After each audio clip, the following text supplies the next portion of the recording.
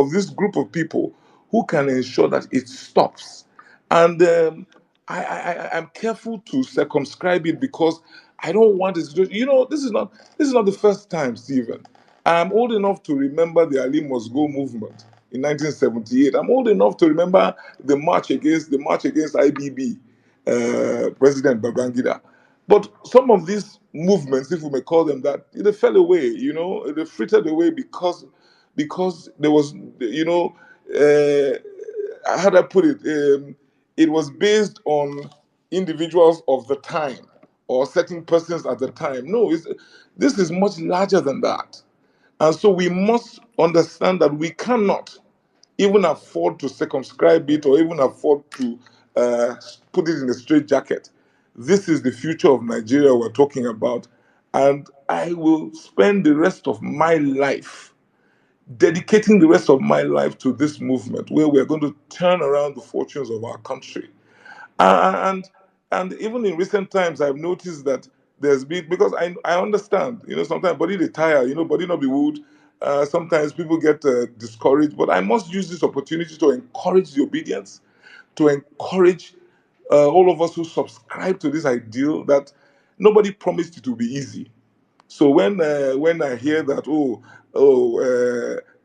some people have given up, some people have crossed over, some people don't port, some people even some don't jackpot. No, nobody promised it to be easy. I am ready to stake my life for this, and I hope we all are. I hope we all are. Brings me to Edo State and the politicking going on in Edo State at the moment, of which I'm part of the dramatist person. You know, and people who are pretenders, people who have no business, who have never identified with this cause, suddenly are infiltrating this space and attempting to now claim that they belong or that they have always subscribed to this. I mean, we should be able to identify this for what it is, crass opportunism. You know what I mean? And we should be able to identify it for what it is. And so we should reject any pretender and reject any sheep in wolf clothing or wolf in sheep clothing, forgive me. And stay true to our ideals. It not go easy.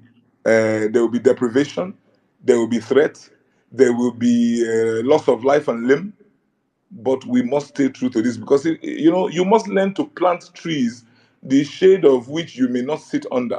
So this is for our children. This is for future, for generations yet unborn. So sorry for the roundabout answer, but am I obedient? Yes. Do I subscribe to the ideals? Absolutely.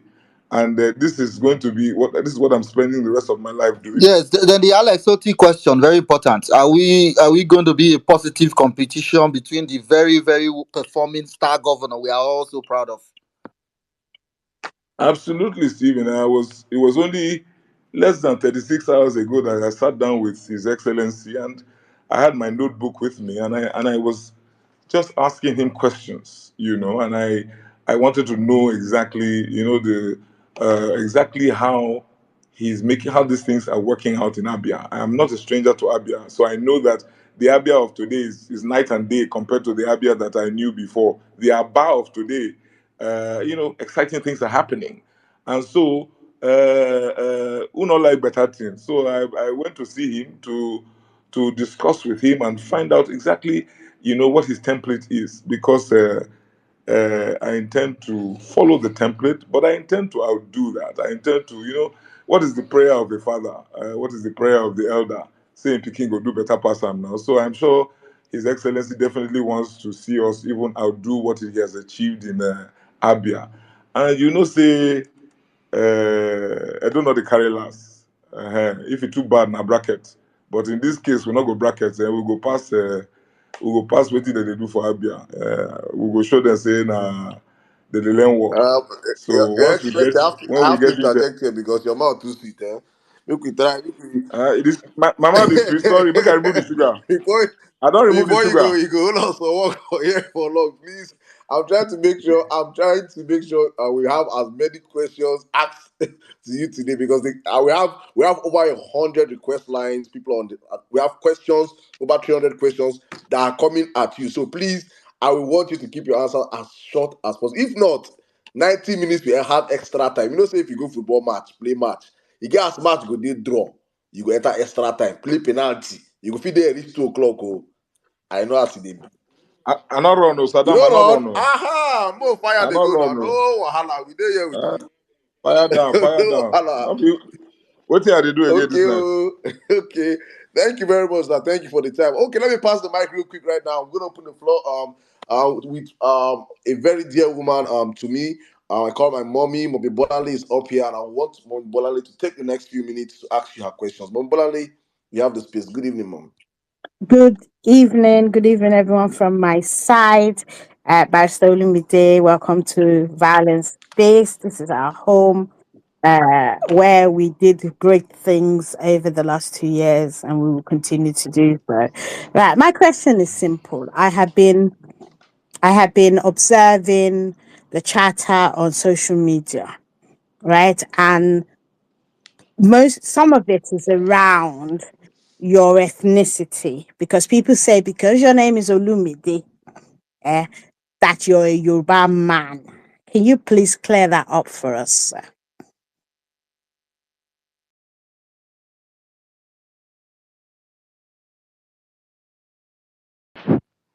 Is it just me? No, it's not just you. No. Pastor Olumide, can you hear us?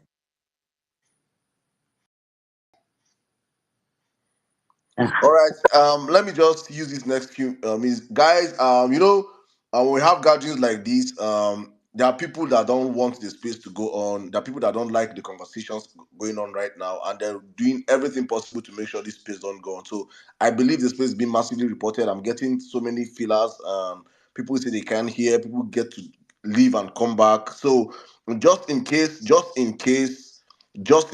space crashes or something, we will be back again to continue from when we stopped. So I just want to put that disclaimer out there. Children of the roasted corn and children of the burnt mechano generator are doing all they can for this space not to go on. But please, we have bad news for you guys. If this space crashed a million times, we'll be back up a million and one time. So please, I spare you guys. Stop stressing yourself. Let's listen to this gentleman speak. We'll be talking to him from the back channel. I don't think he can hear any of us right now.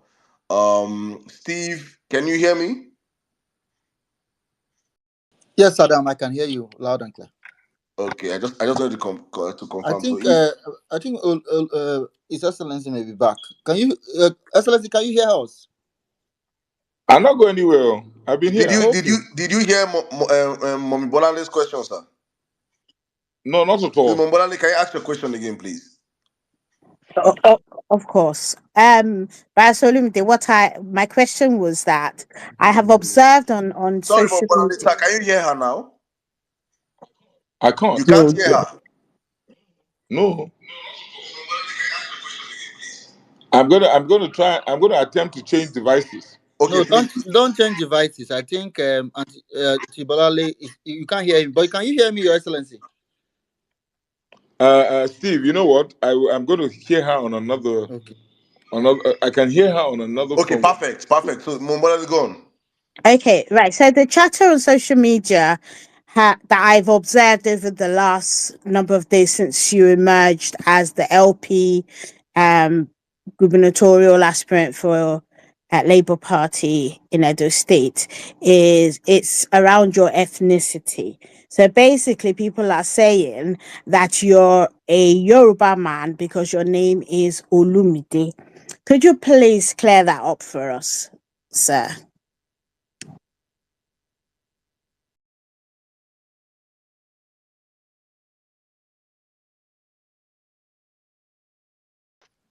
Your Excellency, are Yeah, you there? it will certainly delay. So let me. Yeah, I can hear her. go on. First question on ethnicity. Okay, please, you can go on now, please. Thank you, sir. Okay, thank you, Mommy Balanle. Uh, um, so, So now, just confirm you can hear me, please. Yeah, we can hear you, sir. Go on, please. Excellent. So the issue of ethnicity, my ethnicity. So the matter tire me. I just I'm at my wit's end sometimes, because when you now have to start proving your Beniness, becomes sometimes quite it's quite tedious. I am Benin. My father is Benin. My mother of blessed memory was Benin. We are from Oredo local government of Edo State. Now, but my first name is Olumide, a Yoruba name. And my surname, Akpata, is spelled with a K. Now, the Yoruba version of that name is spelled Apata. The Beninese spell their version of the name Akpata because in the Benin alphabet you have what they call expletives. So the expletive P, KP is in my name, but the Yorubas don't spell it with the K. So I belong to a part of Benin or a group of Benin people who have Yoruba connections, heritage, and everybody knows that with the Beninese, there's an inextricable link between the Beninese and the Yorubas. Even my royal father, His Royal Majesty Omonoba Nedu Ukwakolopolo Ewari II, at his coronation, even alluded to the fact that there's a connection between the Beninese and the Yorubas. So there are many of us families in Benin who still bear Yoruba names till today. Nothing has nothing to do with our ethnicity. It is just an accident of history. Many of us uh, moved away from Benin at the behest of the kings of the day, went over to Akure, Ijesha, traded there, lived there, married there. And then, after the fall of the Benin Empire in 1897, after the British expedition, many of those families, even before that time, not even before, forgive me, not the expedition, after the fall of the empire in the 15th century, the Bini families, some of these families returned home.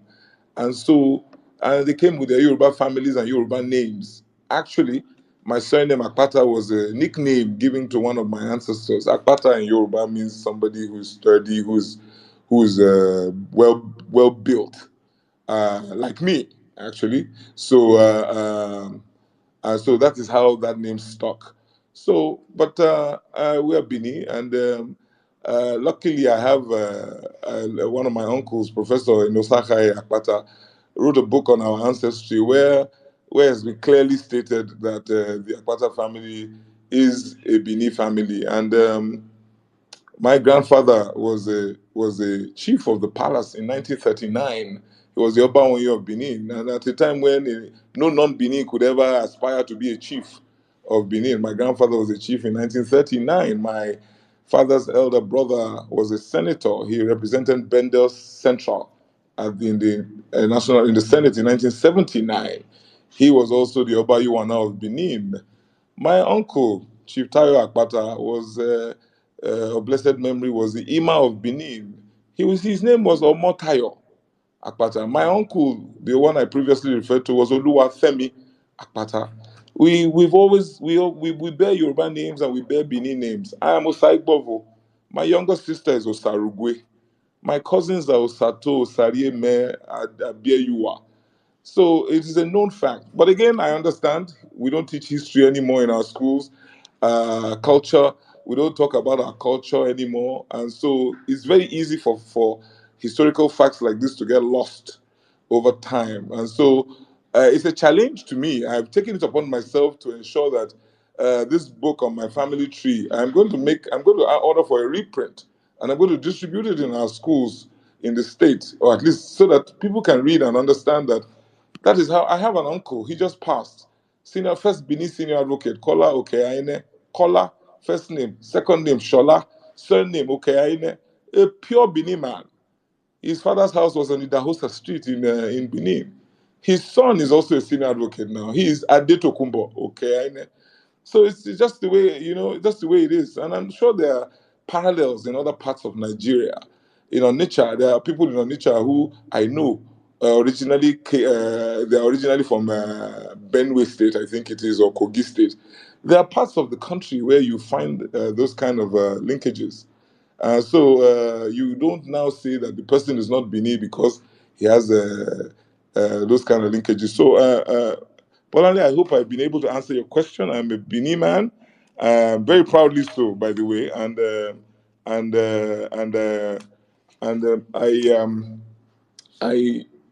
I challenge anyone. Maybe I'm very very confident to ask anyone who has evidence to the contrary to come forward. Thank you. Yeah, that answered my question, but perhaps you could greet your people in your language.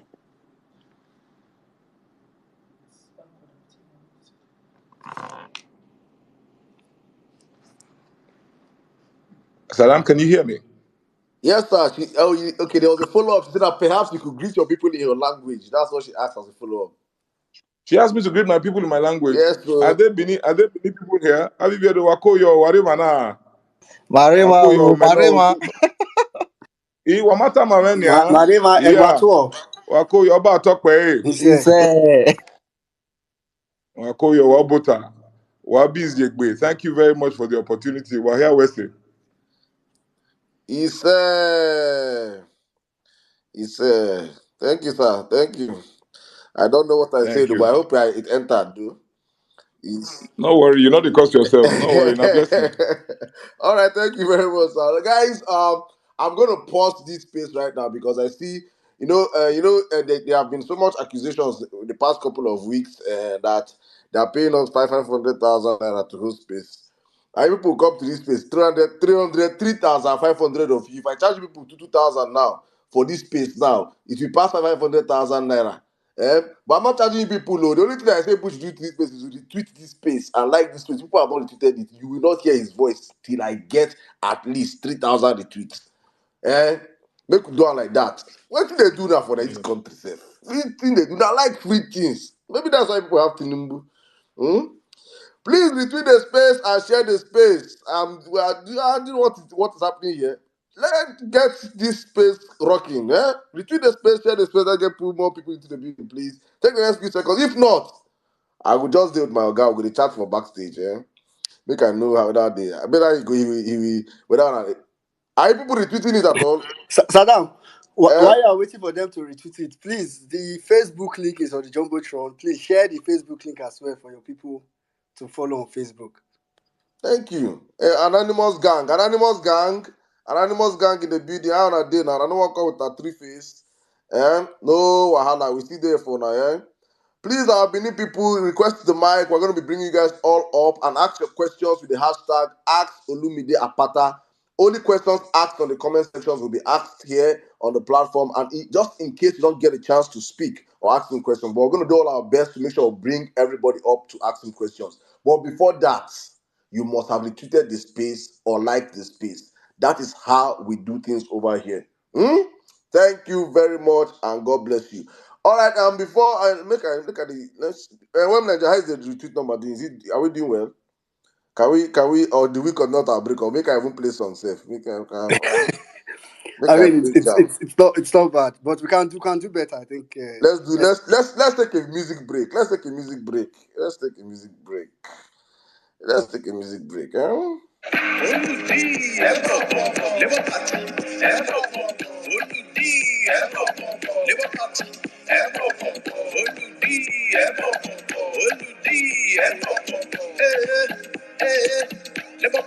Who's your guy? Now Olumide Akpata Oludi. See us we dey like beans and rice. Labour Party, I will never leave your side. I will never ever. I dedicate my time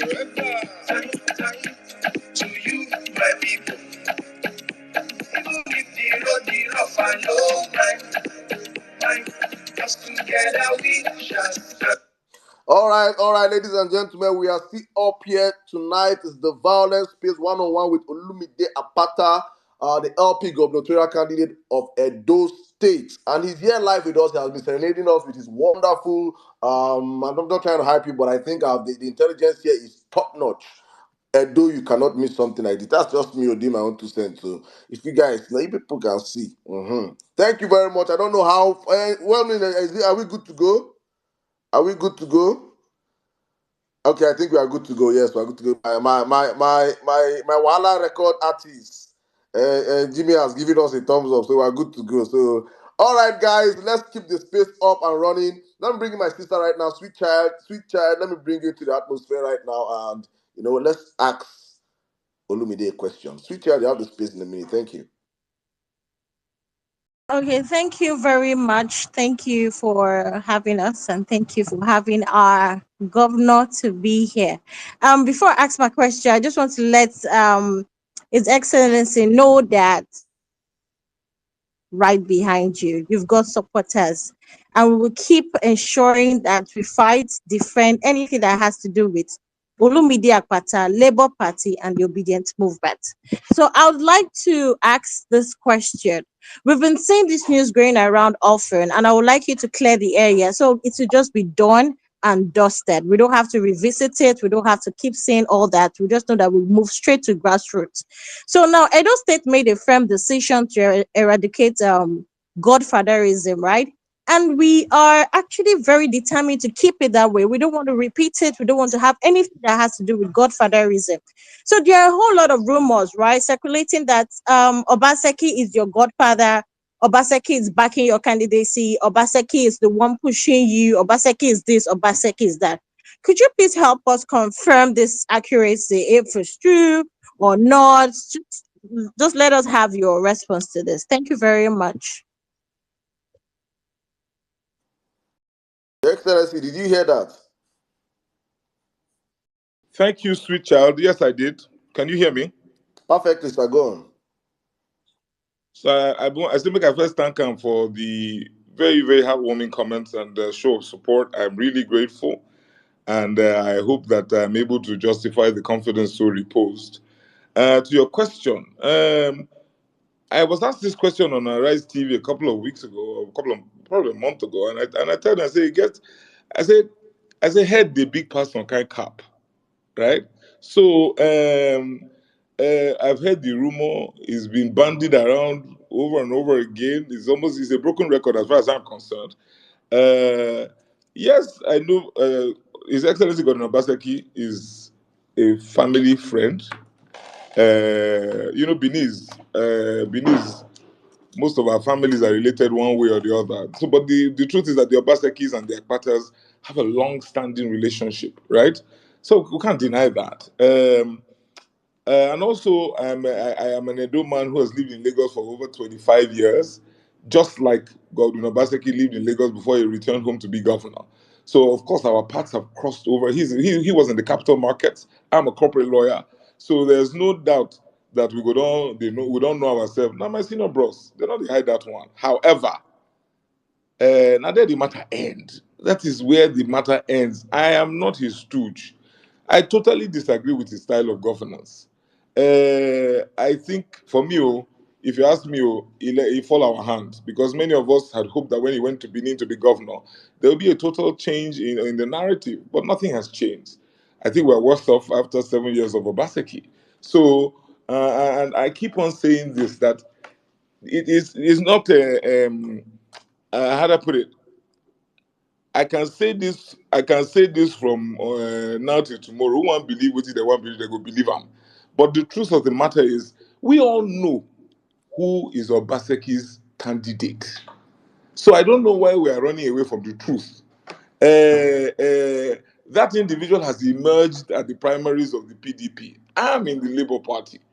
That individual has been a part of his government for the last 8 years as his chief economic advisor. That individual, before those 8 years, was a member of the economic management team of the previous government. That is his choice. So all this one when they talk say Olu is his choice, Olu is his, I don't understand. It really the matter tire me really because I have made it clear to everybody who cares to listen that it's night and day. I totally distance myself from that government. And I think Edo has been underserved by that government. And Labour Party is here to the rescue. Because Labour Party is Papa, Mama, and Pekin. We are about the people. We are people centric. That is not Obaseki style. That is not the PDP style. So we are here to make a difference. And you know, another thing, and I've had to say this before. I know why this rumor is being bandied about, because people who are banding that rumor about or who are spreading that falsehood know that if you are tagged with that label as an Obaseki stooge, you're dead on arrival. Because the people are anxious to see the back of the man. They don't want to see. They want him to get out of government house like yesterday. So, and they don't want him to leave any vestige of himself in government house.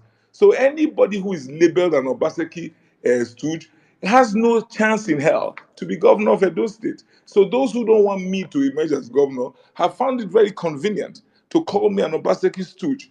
That is the story. And I asked again on national television a couple of months ago. I said, we must ask ourselves the question: why is it such a problem? If the man had even performed well, many of us would be scrambling to say yes, so now he send us. He has performed so badly. I don't want to have anything to do with his administration or with him, because at least because the guy he fall our hand, So I am not his agent. I am not his stooge. I am not representing him. I'm my own man. And as we go on, we will demonstrate this, and we will show the people. And the people are actually discerning. They know. They know. They can tell that this is just a dummy that is being sold to the good people of Edo State. We are here to make a difference. The people matter. We are here to deal with the people's issues, make it front burner, make it priority. Obaseki does not have empathy, he doesn't have compassion. Those are key ingredients required in anybody who is in public office. Empathy, compassion.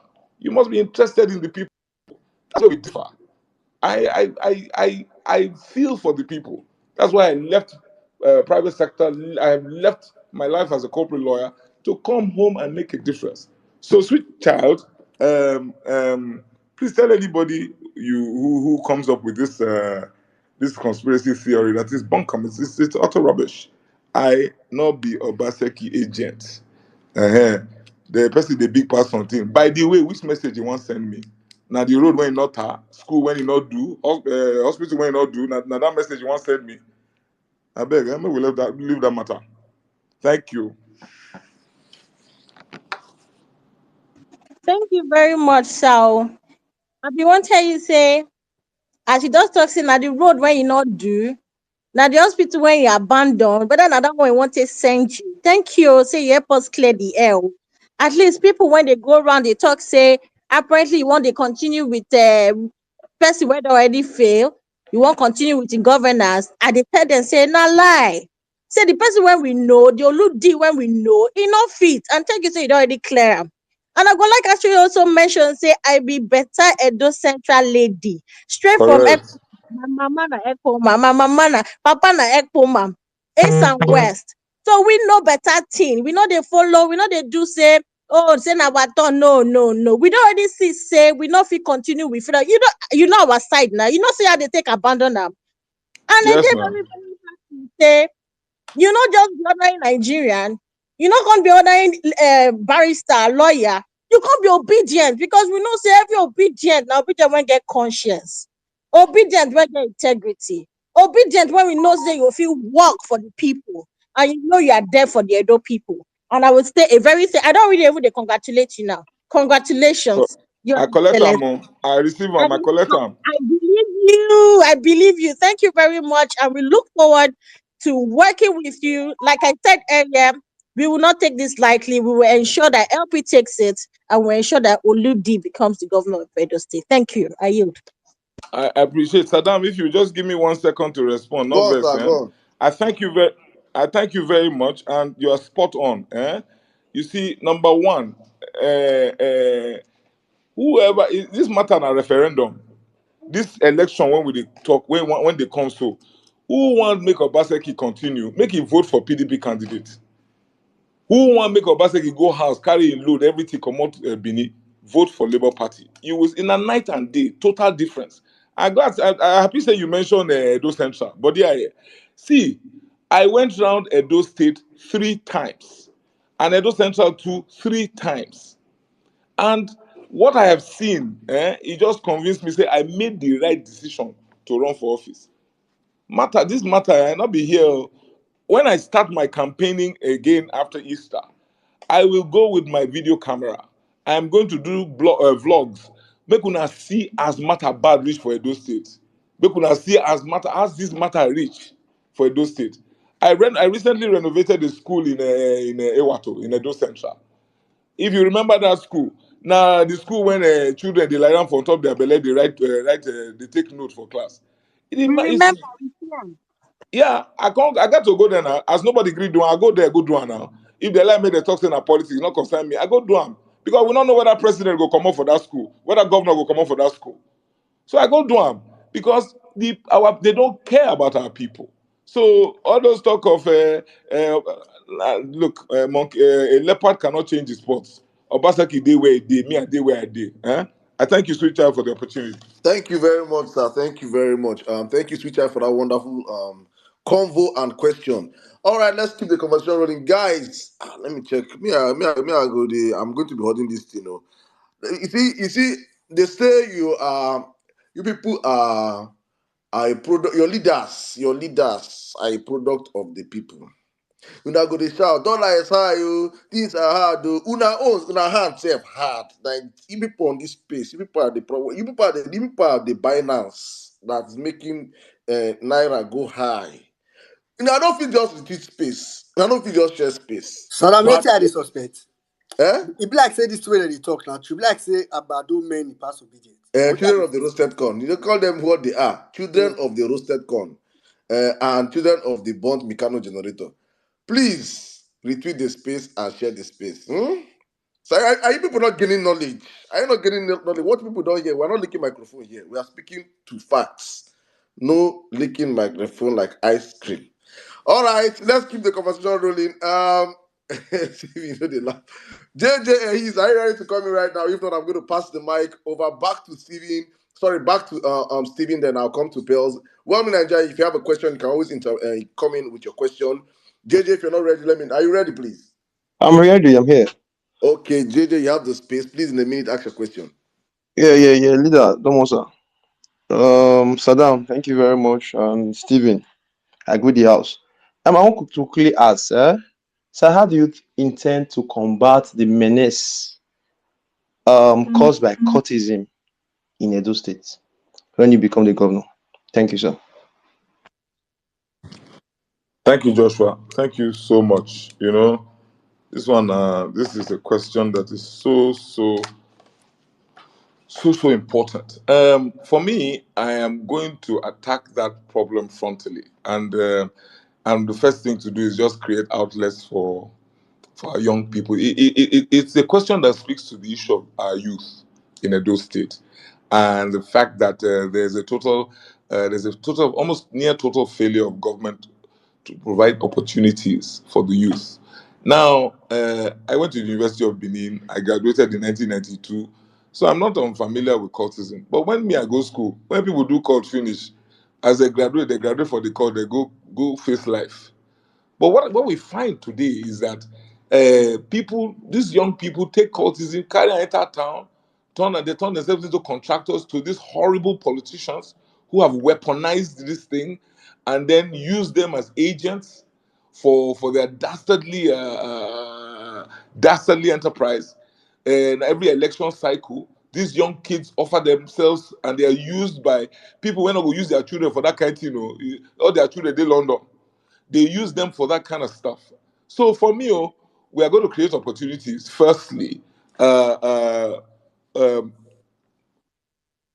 because cultism has even gone to our secondary schools. It's not just in universities. So, firstly, we must create outlets for vocational education, more opportunities for the young people to gain employment. Look at the entertainment sector. There's a whole value chain there that the state can invest in so that we have job opportunities for the young people. Who go join court when they get work? Who go join court when they get work? You can put food on the table. Who go join court when if you take care of your family? You understand what I mean? So it's a double whammy. It's a double tragedy, really, because number one, you not give them opportunity. Then number two, you now go and introduce them or use them for this all sorts of perfidious activities. So it's a tragedy in more ways than one. And so for me, as a matter of deliberate and intentional policy, we must first and foremost zero tolerance for this cultism. It not go work. If when we did government house, Labour Party, it not go work. So we go call them. We know they are young people. We know they call us. Say, "Una go leave this thing. Una go leave this thing," and we will tell them, and then they hear what. But we will also add to that options and alternatives. We'll put also options and alternatives on the table. So not be say you just come say commodity and you don't give them opportunity options. So job creation, opportunities for vocational education, uh, uh, um, opening the space in other sectors where I use the entertainment industry as an example again. This the value chain, even if it's just getting people to learn how to work in the concert the music concert sector. There's so much opportunity there. Sound engineers, those who help with even creating the stage, the set design, and all of those things. There's so much going on in all of these sectors, so that I think we can create opportunities for ventilation, outlets for these young people to express themselves in a multifaceted ways. But because our politicians and those who are in power in the other parties are self-serving, so they keep these guys because they don't say they're going to need them for front. Labour Party, we not need cultists. The people are with Labour. We don't need any cultists to enforce anything. And we will not indulge in that kind of brigandage. So I will attack it frontally. I am not a stranger to the issue. I know people who are involved in this kind of shenanigans, and we're going to call them and tell them that the game is up. We not go agree. It just will not happen under my watch. But like I said, opportunities and alternatives will be provided so that this is not a zero. So it's not a case of at all. You know what I mean? Because as we say, at all, and bad pass. So we must ensure that you give them alternatives. So that there is an incentive to do away with this kind of behavior. This very antisocial. This very I don't even know. I am at a loss for words to describe the menace that is cultism in Edo State today. Thank you, Joshua. All right, thank you very much, Joshua. Thank you very much, guys. We are still up here. It's Violence Peace one on one with Olumide Apata. First half has just finished. We'll be going to the second half of the space. Please, as we always say, retweet the space, share the space. Let's get more people into the conversation. And sir, I want to remind you something on this platform. This is a recorded space. You're being listened to by thousands of people across different platforms, and your words will be held before you someday. You've said some things here that I will come back here on this platform because give me shishi. When you enter there and you do anyhow, now me go sit there here, drag you. I'm saying this now to your face and to the thousands of people listening to you here right now. You said you'll be coming back on Violence Space. Maybe when you go enter there, when I call you say, I am too busy. We will remind you. You said it, yes, sir. Saddam, I not run, no, bros. I No not wahala, run. sir. I not run. May God keep all of us, give us long life, eh? So, because as you see me, I not dey put water for mouth when I talk. I don't pull my punches. So as I talk and I say it No be, wahala, and sir. you can hold me to my Thank you word. very much. I will hold you to your words when the time comes. Let's keep the conversation rolling. Let me bring in right now. I'm going to take my right now. So please, will be prioritizing with people from Edo State first. Please,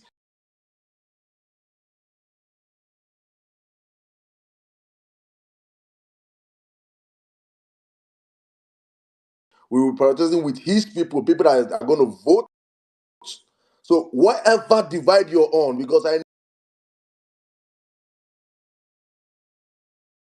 you will have a chance to ask questions here. There is no, it is not a one-sided, no, no, no, no, no, no, no, give me one kobo. I just want every Edolite to have a chance to speak to this man because I think he's man enough to answer your questions. So please, guys, bring it on. Let me pass the mic right now to Sarah. Are you ready to ask your question, or do I go back to Pearls or Mr. Stevens? Sarah, are you there?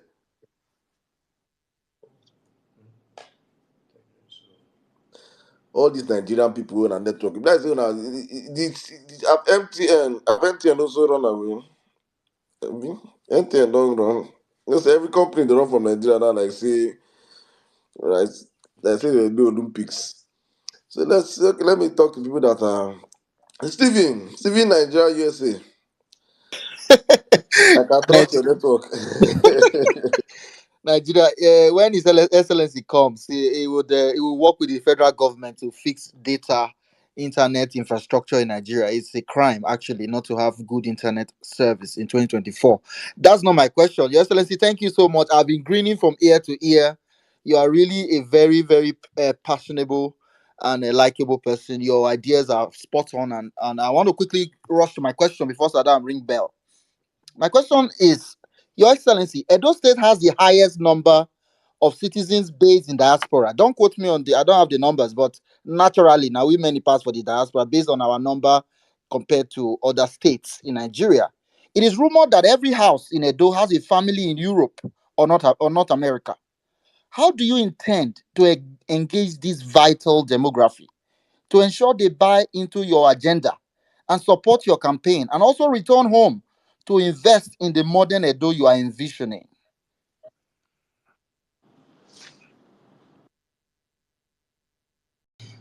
Thank you, Stephen. Thank you.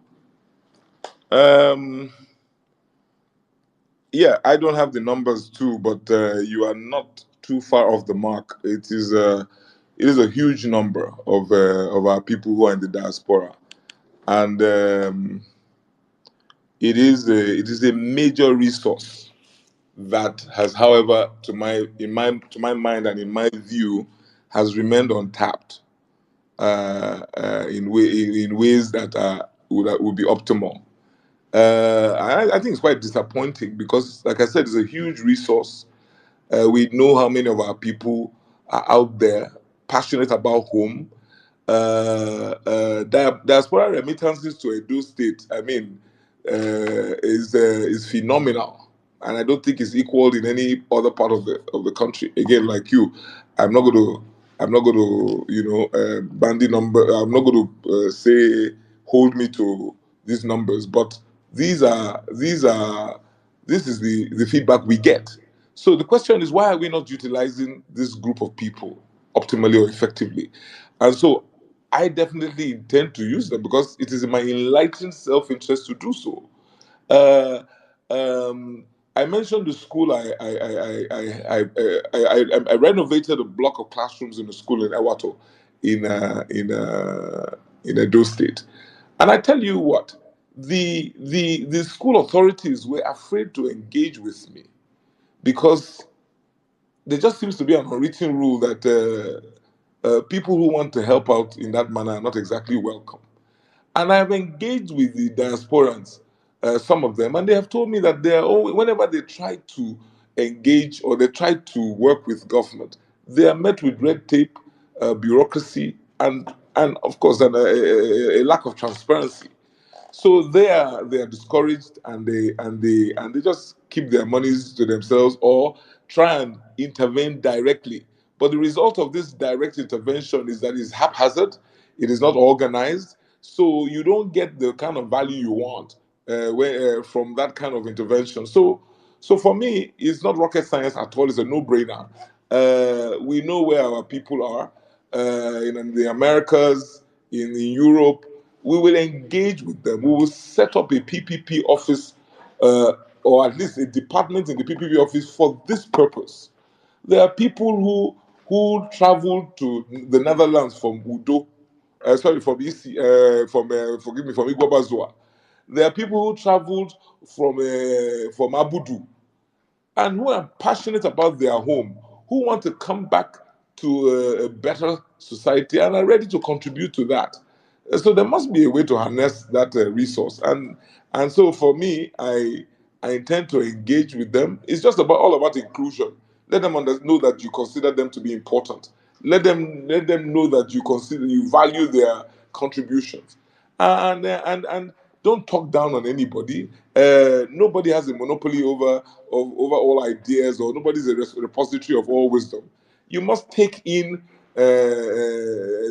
take in their own counsel, their own contribution. So I intend to. I recognize this resource for what it is. Is a potential.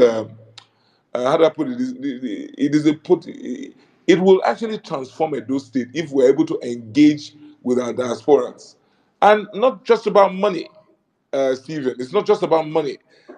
There are also we have very skilled Edolites in the diaspora, very skilled Edolites. And we need those skill sets to come and help us leapfrog our economy. So, not just about bringing their money, but we want to bring back their skill sets. We want to bring them back home to help us grow areas of the economy. I was talking to Sweet Child just now about rerouting or redirecting our youth. I believe it was Sweet Child. And one area that we need help from our diaspora is sports development. I cry every time. I've been to Afuze 3 times now. And I look at the sports institute that was set up by our father, Brigadier General Samuel Ugbemudia. And the place has gone to, I mean, I don't even know how to describe it. It's a mess. I was speaking with the former Minister of Education just yesterday, and he said to me that that is something that sorry, former Minister of Sports, Sunday Diary, and he was just telling me that we must revive the Afuze Institute, and we need help from our diasporans to do this. We need private sector participation. Because once we can get sports going again in Edo State, once we can start to tap that, start to catch them young, and harness the talents of our young people. Once you can train them in athletics, in football, in basketball, in all of those sports, you will see a drop in criminality and all this cultism. That is one outlet that is attractive to the young people. But we need the help of our diaspora. So I always scratch my head in amazement when I see all of these opportunities available, and our governments are doing nothing. Our government is doing nothing or near nothing about it. That will change under our watch when Labour Party gets into Sadebe Avenue. Thank you, Stephen. All right, thank you very much. Thank you very much. Let's pass the mic right now to Edo Lights. Edo Lights, please, if you're not Edo Lights, no vex. So we're gonna allow every other person come up and ask questions, but let's take Edo Lights first. It is their home. This is an aspirant that is going to govern them, and they need to ask him questions. So we that are outsiders, please calm down. I see we have over 100 and plus of you guys requesting for the mic. Please, we're going to take Edo Lights first before bringing another person. If the time, extra time, we'll bring other people. Thank you very much. All right, let's go on real quick right now. I think Pels, you have a last question for him, or let me Pels, please go on with your last question, please. Thank you. Okay, thank you very much, Sardan. So my last question is, Your Excellency, I am a nursing practitioner and also a PhD student, and my research is in a health-related topic. So I'm very much interested in knowing what your plans are for the health sector in Edo. And I also like to know what your views are on healthcare insurance and how do you intend to implement these views? Thank you.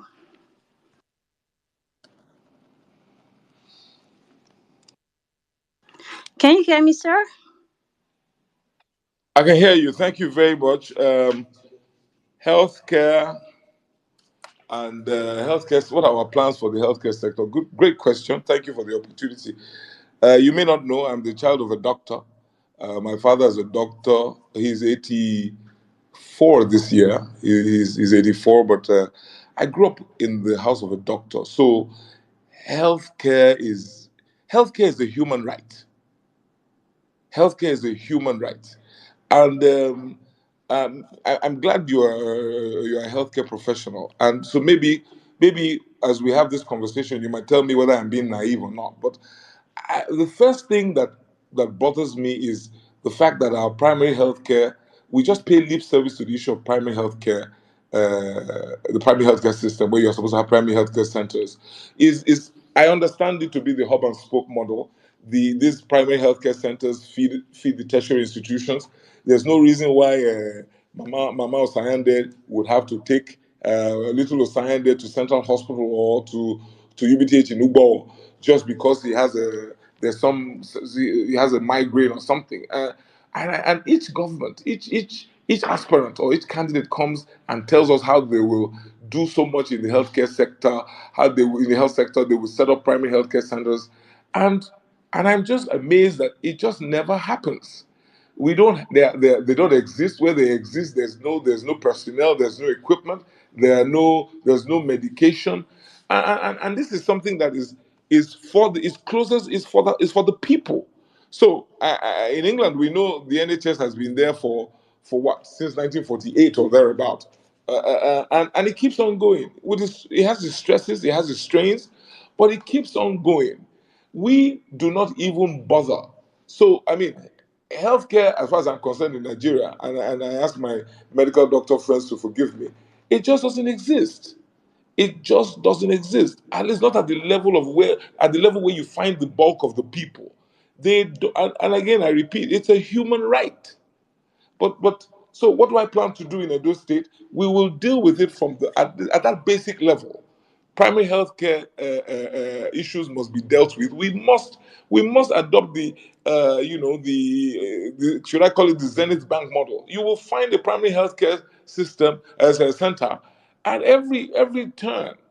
I mean, nobody need to walk more than 5 minutes to get to somewhere where they can receive medical attention. I mean, that's the gold standard. So we will address that firstly, and then also in again, this is why I refer to our Edo diasporans.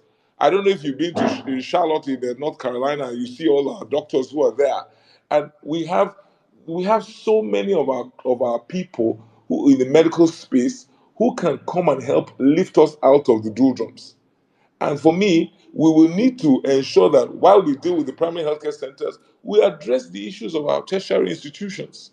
And it's all about priority. It's all about will. If you want to do it, you will do it.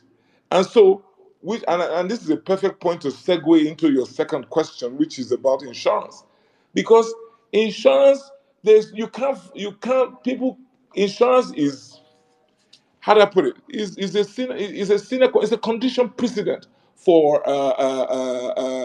healthcare delivery in any jurisdiction, because you need good healthcare, and good healthcare costs money. So the insurance, I mean, I have been on Bupa in the United Kingdom now for what 21 years. I'm also insured here in Nigeria. There is no way you can access healthcare if there's no proper insurance system. We have private insurance here in Nigeria, but not accessible to most of the populace. So when I was president of the Nigerian Bar Association, one of the first things I did was to give free cover to our lawyers, about 1,000 plus lawyers who we enrolled into the NHI, what was then the NHIS, but now the NHIA in Nigeria, to make sure that lawyers across board get a cover, and the system with all these stops and starts, at least it worked, but it is something that must be built upon. Delta State, our sister state, have already, I mean, Dr. Okowa, the immediate past governor, is a medical doctor, so I guess he understood it. So they've already put in place a health insurance system in Delta State. So you can be certain that one of the first things I will do as governor of Edo State is to put a health. And I know the people who did it in Delta. I know those who I have so many contacts in the medical space, and I will. That's one of the first things we will do. Health insurance first, so that people can, civil servants, market women, can access healthcare, and then we will put the infrastructure in place, primary healthcare centers, and then the tertiary institutions. So for me, it's not rocket science. It's the absence of will, absence of political will, or it's just, again, like I said, this government is lacking in compassion and lacking in empathy. That's why this issue is not a front burner issue to them. Thank you. All right, thank you very much, sir. Thank you. I hope that was well answered. Before I come, okay, Steve, let me come to you. Then I'll take some questions from the comment section before I start bringing up our questions from the request here. So please, Steve, you have asked your second question, right? Yes, I have. I think Sarah. Okay. Sarah, we wanted to get Sarah to ask. I have asked my question. Okay, I'm here. I'm All here right, Sarah, now. go ahead. Hi. Are you on top of a Hi, tree? President. What's that? Saddam, what did Are you you say? standing on top of a tree? Because the last time your network was shaking like somebody's hand. But please ask your question. I went to stand on my village tree. On the village that's our wall. We won Benin. We won the war. That's the tree that I'm currently standing on. So can I go ahead, guys? If you are down from the tree, go ahead. Okay, good evening everybody. Hope you guys are doing well. Yeah, so I have a series of questions, yeah. But let me just start with one. No, Um sorry, please, just one, please. no, I will start No, with you one ask and just then one, please. You have other people to ask question, and just one. So choose yeah, your I'll most ask important and but I'll question, please. no. Okay, let me ask one first. Okay, His Excellency, welcome to our worldwide space, and once again, congratulations. I actually wanted to ask you because currently the debt level of Edo State is ridiculously high. Statistically, there is unconfirmed debt level as at 2024 to be over 400 billion, but the one that is actually confirmed is about around 2022, which is around 223 billion. So, with the whole issue that is currently happening with Edo State right now, because the current government hasn't done practically done anything as regards infrastructure, especially towards one of the greatest pinpoints of Edo State, which is agriculture and the agro-allied industries. So the infrastructure development, especially on road, water supply, and as well as this agro-allied industries, what are you going to do about the debt level? Are you going to say, or are you going to try to reduce that debt before you go into infrastructure? Or we are just going to go straight into infrastructure and not worry about that debt level? Because if we are looking at it in a way of ensuring that the state actually makes enough IJR, would you want to jump into the infrastructure and work on it? Because that's not what this current government is doing. This current Sarah, government is please, saying, let's try and keep the question as short as possible, please. oh, sorry, this current government is saying that the debt level is so high, and also that most of these projects is supposed to be done by the federal because they don't have money for it. So, are you going to go to? Are you going to see how you can reduce the debt level and not work on so many projects, or you're just going to say, okay, well, let's do the project first and then see what happens? So that's my question. That's my first question. Thank you, Sarah. It's a long question, but we will get there. Debt level. Okay, so let me even shock you and let me probably depress you a bit. Yes, 2022, 223 billion. But the figures that I have at my disposal, and these are DMO, these are my sources my source is the DMO Debt Management Office. Edo is owing well over 500 billion at the moment, right? This is the information I have. I stand to be corrected. But I tell you what, I have no problem with debt. All I say is that a responsible borrower must pay his or her debt as and when due. But debt is a fact of life, fact of commerce, fact of development. So I have no problem with debt. But the problem is, what do you borrow for? What do you use? You borrow money. Borrowing is not a crime. What is a crime is to borrow and not use the money for the purpose for which you took it, or to divert it to other sources. I mean, if you borrow, you must prioritize the people, because it is the same people or their children who will repay these loans. So it must be people-centric, people-focused projects that you borrow for. So yeah, so the government of the day borrowed money and built a modular refinery, but they forgot that the modular refinery will need a feedstock. So their plan was to truck the feedstock from that, which the feedstock being crude, and truck it to where the modular refinery is located. Borrowed to build it, oh, and unfortunately, they forgot that there's no road, which speaks to your question of infrastructure. And so you have a project, White Elephant, as far as I'm concerned, for which you borrowed and you are paying phenomenal interest in return. So it is. My question is, what do you borrow for, right? And so there's a huge infrastructure deficit in Edo State, and so I mean, I really can't see on ground. There is a disconnect between the figures that are being bandied around as the monies owed by Edo. There's a and then what we see on ground is shocking, because if you borrowed so much, what did you use the money for? And it states that last time I checked, your combined income is somewhere in the 16 billion naira range per month. So you are doing 16 billion per month, which is in any currency is a chunk of change, right? So you are doing that kind of income, you are borrowing, and I can't see the results on ground. So I go around Benin, the state capital. The roads are bad.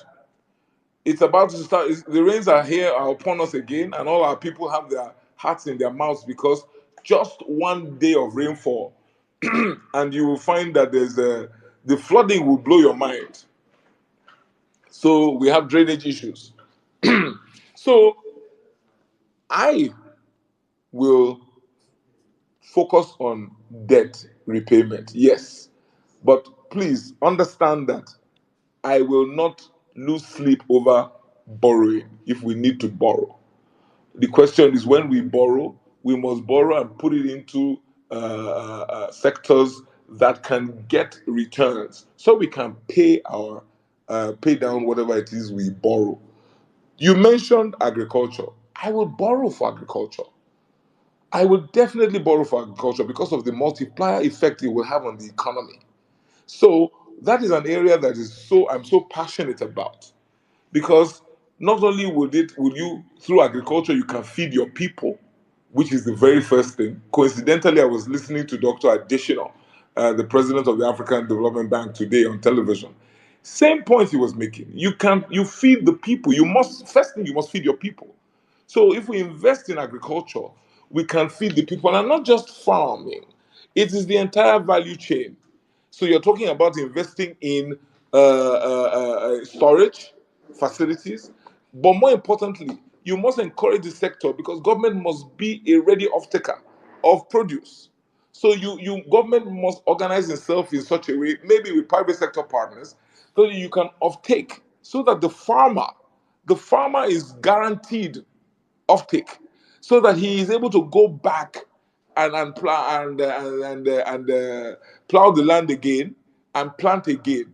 You must also invest in irrigation technology, so that we can get better yields. Or beyond irrigation technology, you must also work with our research institute, so that we are getting better yields, and we're also ensuring that the farmers are doing a quick turnaround. And you are encouraging, or you are enabling all year-round production in our farms. But beyond that, you recognize that the agricultural sector can easily be one of the largest employers of labor. So the youth that we're talking about previously can get employed. So it's the whole value chain. You know that there's also the possibility of setting up industries, agro-allied industries that are value adding, so that we're not just dealing with farm produce. We add value to those produce, and we do tomato paste, we do orange juice or whatever, and then you can sell them. There's so much that can be done in the sector for which we can borrow for, and in good time we will be able to pay off those loans, and then at the same time you have improved the economy of the farmer, you have produced, you have helped to generate jobs, and last but not the least, you are feeding your own people. So for me, it's a no-brainer. But I guess common sense is not common. So these people who are controlling the levers of government today, their priorities are, uh, I don't know, their priorities are somewhere else. So that's where we are. Yeah, and water supply, and it applies to all other sectors. I drive around Edo State. I mean, there are no roads. I mean, forget it. There are no roads. And then I see a sign where the state government says, "Forgive us, this is a federal road." I mean, what a sorry excuse. You know what I mean? This is a federal road. You never told any of the electorate when you came to ask for their votes that there's a distinction between federal and state roads. Sorry excuse. There are many other states that I know that the state governments are tackling federal roads and getting refunds. So, so, Sarah, borrowing is not the problem. The problem is what do you do with the loans that you get, and then of course you must be responsible enough to pay back your loans. So you must make sure that you put those loans into projects that are not only impacting the people but can derive value, and so you can pay your loans. I hope I've been able to answer your question. All right, thank you very much, sir. Thank you. Sir, please, I just want to ask. I just want to ask a question. You just said something, and I want to. Are you really certain? You say there are signboards saying "Sorry" in Edo State. Sorry, this is a federal road. Forgive us. Is that real, or you just brought that out of somewhere, please? So that means that you never reach this side road. Not be one, not be two. Oh. Not be No. one, not be two. Say, please bear with us. This is a federal road. Not be one, not be two, not be three. Right now, we'll have to bring in some Edo people to confirm what this is. No, I go take the pictures then and give you. No worry. Okay, I would love to see that, sir. All right, let's give the conversation flowing. Goodness me, Osaro, can you hear me, please? Confirm. Osaro, can you hear me? Ah, Osaro, how in the four Edo handle? Ah, network. Sarah, can you hear Saddam? Me? Okay, okay. Let me take your Epa. Good evening, Master sir. down. I greet you, Gadagbe. Get the best, sir. You too, sir. Good evening, sir. You have the Well, space in 1 minute, meaning. please. Thank you. Steve, Sister PS. Today we want to have Wayagbele. For the record, Olumide Osaigbovo Akpata Ogato. Enunyo boy Ogaswobo. You said, Awane Dori Agmoriave. We no let Dori. Ofu Egbele. don't know. Wato Baba. Ore Gege, wina we Zazai. We don't want to. Eno Begeri Mowe. Eh. Egesene. Otaniwe are ni asege ule no. The maniburu vie. Mami Dori Agwan. This is it that I want to ask the question now for those that are not speaking and not Benin, but you are from Edo State. Please, very sorry for taking that time to analyze little things in Benin. It was just pleasantries and greetings. And those that are outside the states, the Lord bless you all. My only one question on Olumide is very clear.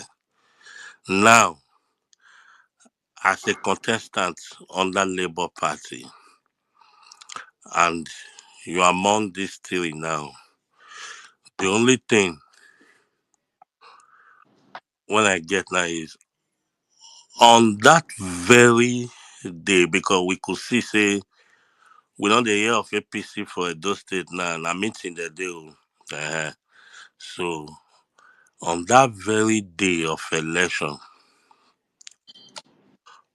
we don't want what we see for Lagos, what we see for Rivers. Make 0.5% of it happen for obedient and Labour Party people for Edo State. We not go grey lie. So I beg, may you tell us how that day, not tell everything finish, leave the security. How that day wetin be the hope and this one you get for everybody when they go feed. When we say as they go with that confidence. Now only that one I get to ask you for now. Take care, sir. Oteme, we're still at Wama. And who are here do all your people out, greet them for me. And I thank you for the question. I would have loved to continue in Bini, but as you have noted, in the Bini language, but as you have noted, we have a wider audience. So make I break it down so that they can understand. I thank you for your question. A real and a very important question. Um,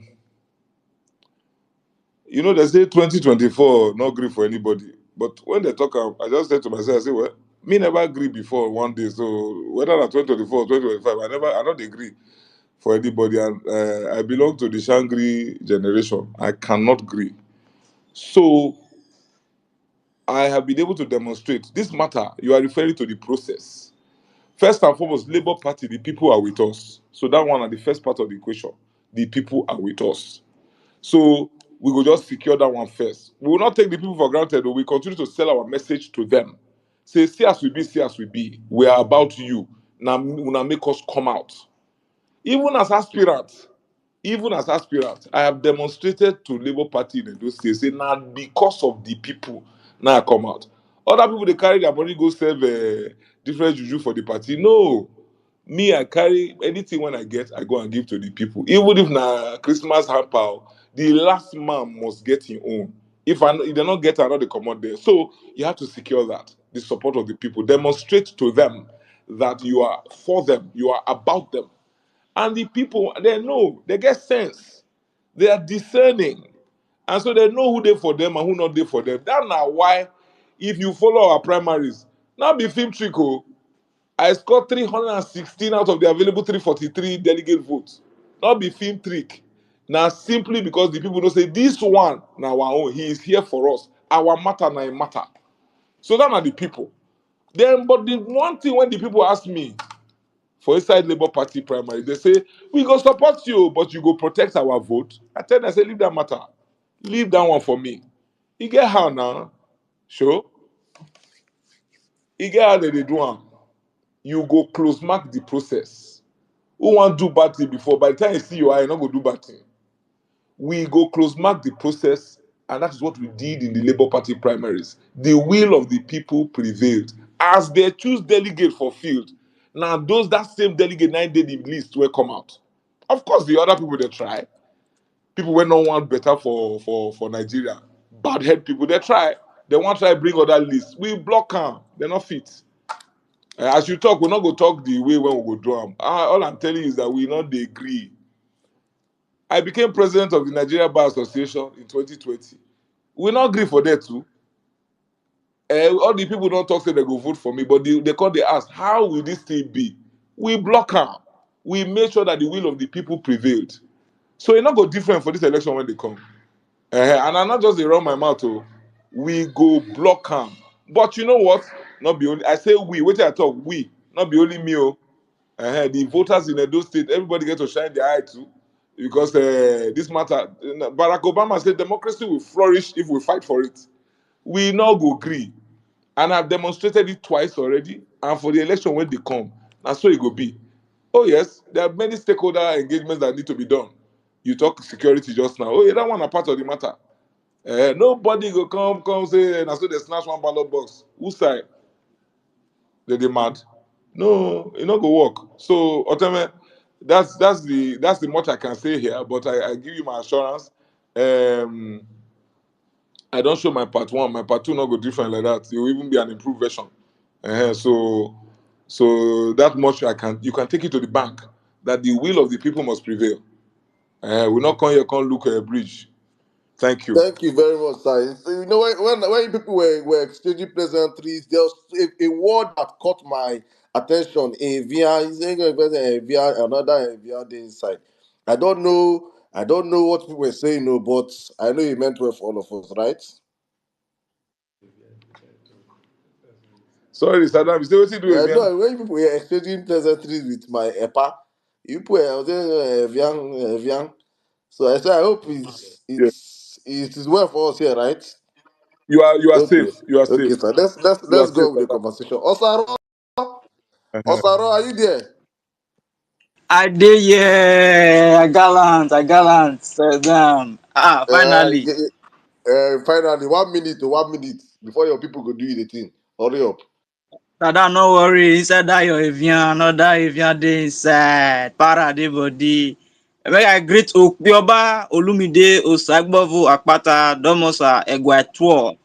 Say this one. Saroko yo. What Baba, Egwa Wese.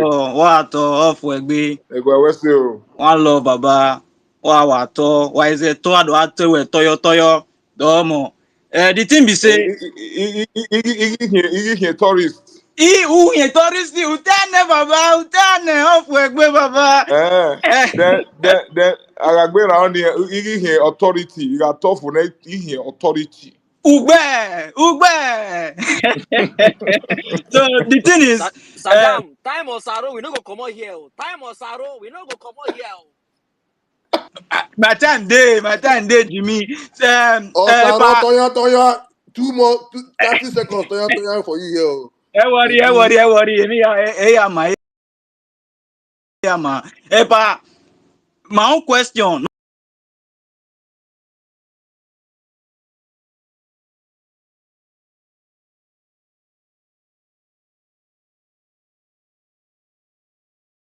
Say, where's your time? But that question, you see, na party within na. Not be only me na. This kind of matter na. You know, say na putu matter. Everybody they join hand this side. So, oh, I will discuss closely with even though na me the person want run follow. But this kind of matter, you know, say be like when you want go marry wife. Now family they marry wife now, not be just one person they do marriage. So all of us go sit down, look the matter, and then we go analyze that. Anybody who is deputy governor candidate must bring value to the ticket. It must get electoral value, and also you're not supposed to globalize the ticket because we don't want to go find person where we call now. Come Gumbody join us. Then before we know now, any gbese when they carry, any egbe when they carry, will come cover us. As it happened for Bayelsa one time like that. So we don't want that kind of thing. So anybody who be deputy governor there must be proper due diligence, and then so political calculation they inside, due diligence they inside, and then you want to make sure that you tick as many boxes as possible. Say you get many people for our state where see the cry say, the thing never reach us, so blah blah blah blah blah blah. So there are all sorts of permutations when people must look, but at the end of the day, the party will take a decision that will be in the best interest of the party and of Edo State. All right, thank you very much. Let me just take some questions from the comment section real quick. Okaka Odumodu says, ask Olamide Apata, did you give $1,000 to each delegate? My name now Olumide. You sure say na me they ask that Yes, question? sir. Now you. Now you say make I ask you. So I go ask you. Please answer, sir. Absolutely not. You know how many delegates we get? 384. I will carry 1,000. They dash there. No, nothing of the sort. Waiting, I know say I do, and I've already mentioned it here. When I entered the party, I supported our candidates when they run for local government election because nobody they help them. Now I give them small. We they call it Yobo for Bini. I give them small Yobo. I bought cars for all of our Labour Party secretariats in the state, 18 secretariats. I buy motor for the state secretariat join self. That one not run, I do one. I bought 26,000 chairs, plastic chairs. I buy 26,000, share give. Because if you want to do party, say you want to do political party, there are certain things that must be in place. I reach there and not see those things. I say, well, now here I do. I not to go anywhere. I don't pack my loan. I not to practice law anymore. So I'm here. So I'm ready to invest my time, my treasure, my talent into this matter. As a true party man, I contribute. I give them a chair. So every local government secretariat plus state secretariat plus ward, all of them, I'm on top of my chair, they sit down. Because Labour Party we mean business. We not come here come play. So I know say I do that one. Christmas last year, I carry over 3,000 hampers share give our members.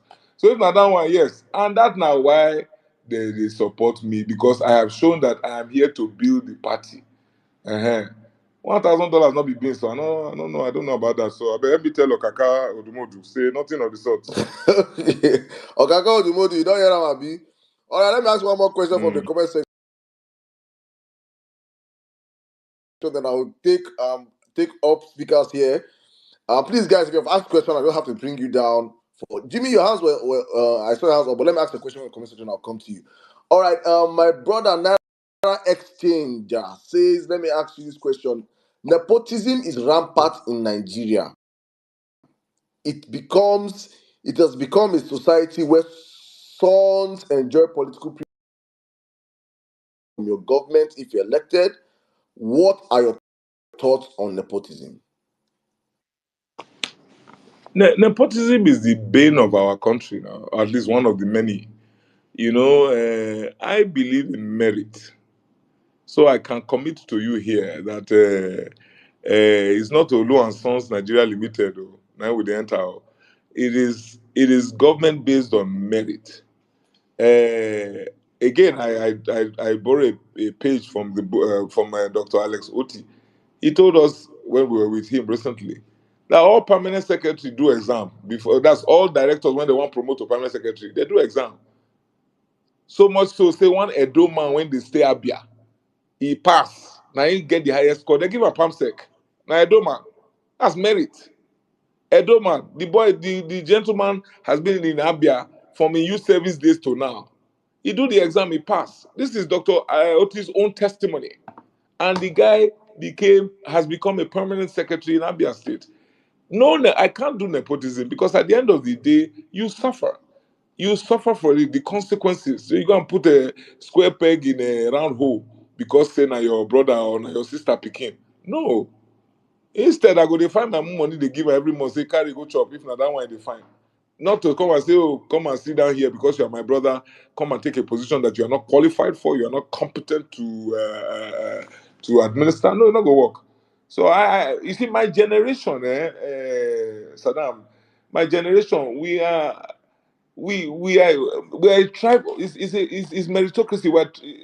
We're a tribe of meritocrats. If you are not supposed to be there, not go there. You have no business being there, not go there. They're not the manage for the matter. Because because what outcomes do you expect from that kind of situation when you put the wrong man on the job? At the end of the day, now we go suffer for them now because we will be the victims, or we will be at the receiving end of the faulty decisions, or the open person. They make wrong decisions. Now we go suffer am at the end of the day. So it's in our enlightened self-interest not to. So I promise you that merit will be the order of the day. Competence will be the order of the day in any government that I run, and I've demonstrated it in everywhere I've been, in my law firm, at the NBA, and now, by the grace of God, when we get to the government house. All right, thank you very much. Thank you very much. Okay, I think let me just have a follow-up question. Then I'll circle down to you, Jimmy. Wake up. A woken Niger youth says, ask Olumide Apata, you say you are our guy. I am sure you are aware of the current zoning conversations online attempting to shake the obedient movement. How will you ensure that governance will be for all Edolites with no zone excluded? Thank you. I missed the name of the gentleman, but Wake up. wake up. Okay, I bet you help me thank him. Thank you for the question. Yes, it's the big elephant in the room. I will be playing the ostrich if I say I don't know about the conversation concerning zoning. So uh, I will run an inclusive government if I emerge as governor of Edo State. That's the first thing. Inclusive government. I don't know tribe. I don't know tribe, and again, I belong to that generation that I don't know tribe. Edo is one, Nigeria is one. I don't know tribe, so you can be sure that I will run an all-inclusive government. And even as an aspirant, I've demonstrated. When I told you just now, say I buy motor for I buy motor for Labour Party secretariats, and I'll say, okay, buy for only Edo South because now there my people there. I across board, anything I do is across board. Whatever resources we have will be distributed evenly across board, and whatever positions there are in of offices and positions and all of that. Having said that, I will speak to the issue of zoning, and because I followed the conversation online and all of that conversations online, and I know that many are not quite happy about the outcomes in the Edo State, particularly Labour Party. However, I just say that the party decided to throw open the issue of who will be its candidate, to throw it open to all parts of the state, because this is our first real outing with regard to governorship of Edo State. And the decision was taken that we will not circumscribe ourselves to any particular zone. And so it was thrown open, let the best man win. Because we just they come, as Yoruba say, we just show. And if we now decide, say, okay, we will zone the thing to one side only, we may lose out. We may deprive ourselves of the opportunity of bringing a star performer. You know what I mean? And at the end of the day, lose the we might win the battle, but lose the war, as it were. So I understand the decision of the party. So at the end of the day, many of us ran. Edo Central ran, Edo North, and Edo South. And the people decided, the members of the party decided that I was the best candidate for this particular election. So, that haven't happened. We are now at a stage where we will go for the elections, and then when we go for the elections, Labour Party will now come out with its own pronouncements regarding zoning going forward, because you cannot be on the outside to talk zoning when you never enter. So that was the thinking of the party, and I don't quarrel with it. I see merit in that argument.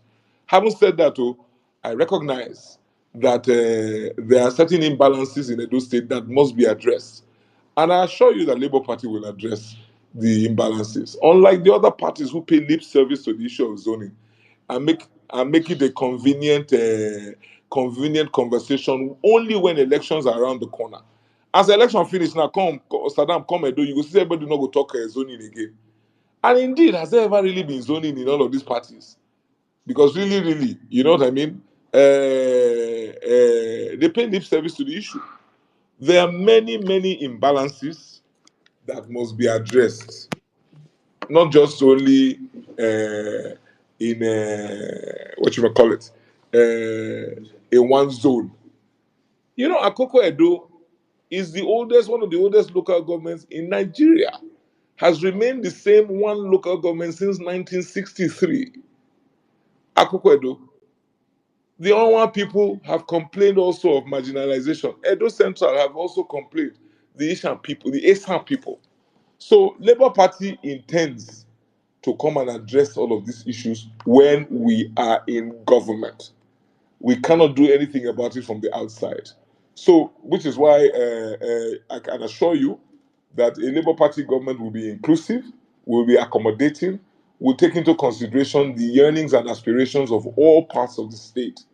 And but more importantly, Saddam, if you let me conclude on this point, Labour Party would also demonstrate governance at a level where people will understand that you don't need your brother to be in government house for you to receive dividends of democracy or benefits of governance. What we have is that because of the way some of our devious politicians, not all of them, have the way they perform, they now make the people yearn for their own person to be in government so that it will be our turn. However, Labour Party is not going to run government like that. Whatever is available will be spread evenly. Each man not go fit say okay because he not get him picking in person for government house. He not see they not do road for inside. We go do road. Speaking of road, have you been to Edo Central recently to look who the kind of road when they there? Meanwhile, this Edo Central has had two ministers of works, two, I mean, three self. They have had all sorts of high government officials. So it's not really about who they there. It's about that person's attitude to service delivery. So I commit so that my point is not missed in all of my rambling, and I ask you to forgive me. I commit to ensuring inclusive government and to dealing with any perceived imbalances. Thank you. Thank you very much. I think that's very, very clear. Right now, in Abia State, I don't know if they have been saying which zone Alex Oti is from. All they see is good governance. And I honestly, for myself, I say all the time, I always say that competence will always trump zoning. That is my 2 cents, just to add to that. All right, let me bring in my friend and my brother. Tomorrow is his birthday. So I just want to do pre-birthday. You have to do him pre-birthday happy birthday first. And my paddy, I call him the punisher of the children of the roasted corn. He's here with us. Jimmy, let me bring you into the conversation now. Happy birthday, my brother, in advance. Please, you have the space to ask a question. Welcome. Thank you so much, Saddam. Thank you. Your Excellency, because you're already our governor. I'm a Yoruba boy. I'm not from Edo State, but into Bayemoti Baoju. So Edo State is part of Nigeria. We need to take it the way it is. The last question was actually taken from the actual question I wanted to ask you. All protocols duly observed, everybody. I can see all the regulars here.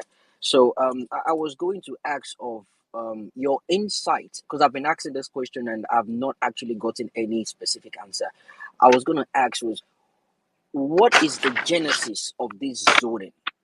What is the importance of this zoning? Because you see, this whole zoning thing, it's a jinx that needs to be broken this 2024. We need to let people understand that it's not about where you come from, because it has not benefited anyone since they've been doing that. So if you can a little bit educate us on the genesis or the beginning of the reason why that zoning thing started, if you have any idea of that. And lastly, what it is that you possess that all the remaining candidates don't.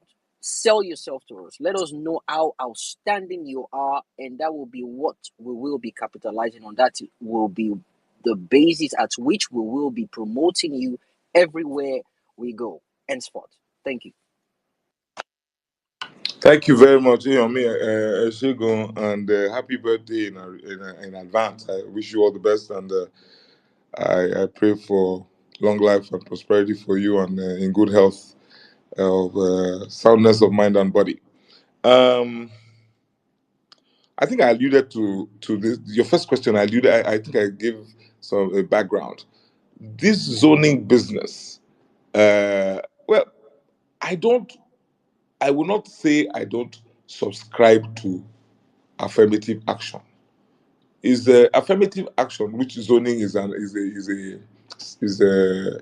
zoning is an expression of affirmative action.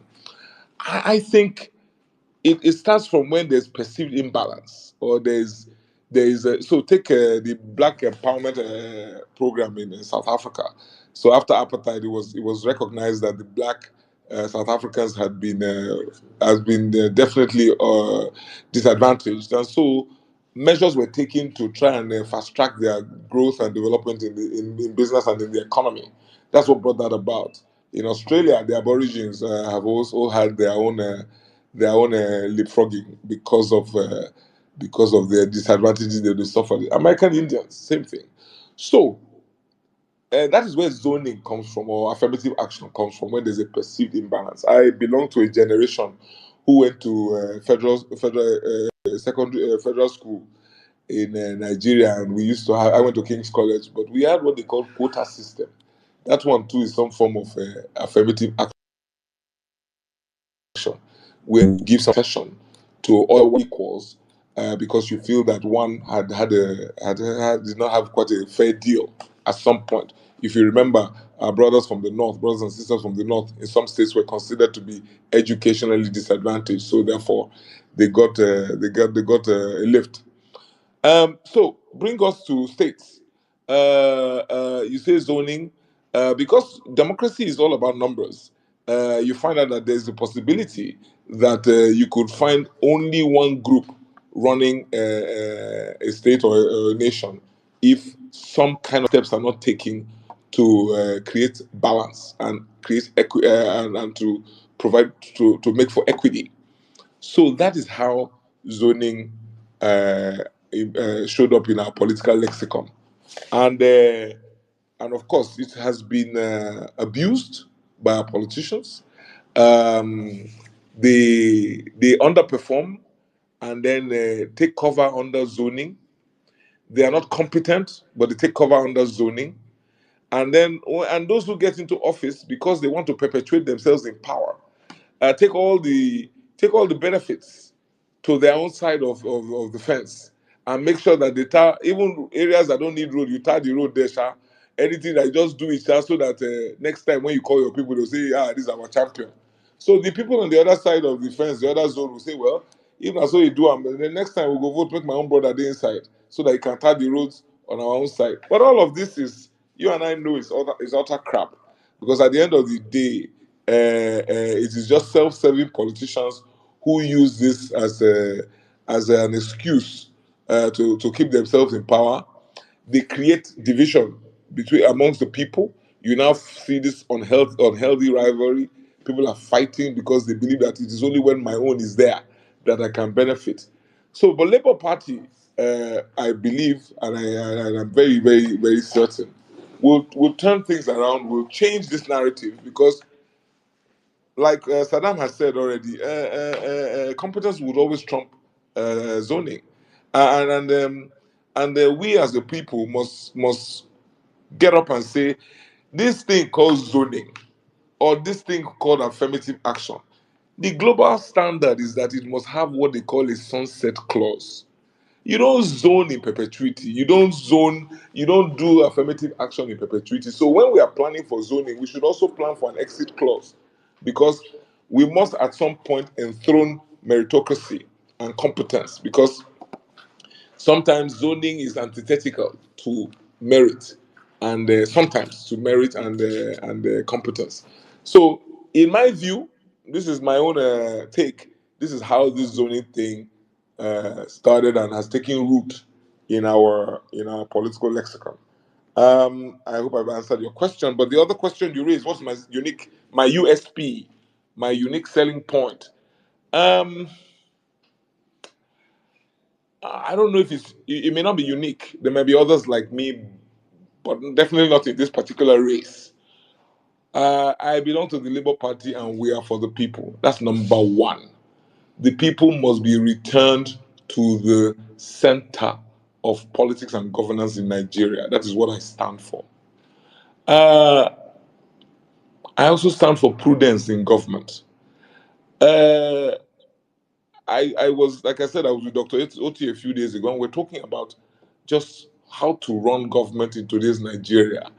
Uh, First and foremost, you must understand that most of our problems arise from over bloated governments.